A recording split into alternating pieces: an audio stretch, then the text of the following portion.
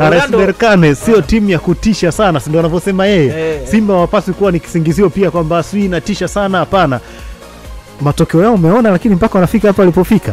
Alafu tazama aliokutana nao na amekutana nao Simba pia. Kwa mfano Stellenbosch, umeona kilichotokea? Amepigwa ngapi pale? Berkane.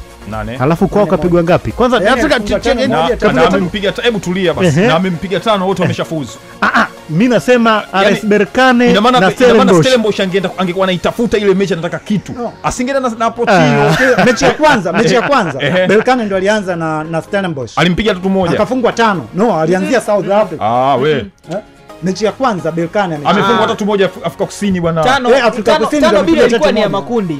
Mechi ya mwisho ya makundi. Mechi ya mwisho ya makundi ndo 5. Mechi ya mwisho ya makundi. Ndio hiyo ambayo tunazungumza zidi ambayo wote wameshafuzu. Wote wameshafuzu. Na ile 3-1. 3-1 ilikuwa ni katikati, haikuwa mwanzoni. Ile mwanzoni ile yule Stellenbosch ameingia kwenye hii michuano kama mwanafunzi anayejifunza. Amepigwa ile mechi, akapigwa mechi ya pili tena kama unakumbuka.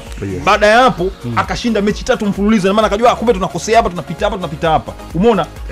Ameshapata kodi, na maana akirudi msimu ujao mimi siamini kama atakuwa hivyo. Berkane ilikuwa mechi ya kwanza alicheza na Sidi Runda. Mechi ya pili alicheza na Stellenbosch, ambaye naye pia anahitaji matokeo kwenye huo mchezo. Tunasemea zile 5 akala gongo 3. Acha na hizo 3, zile 5.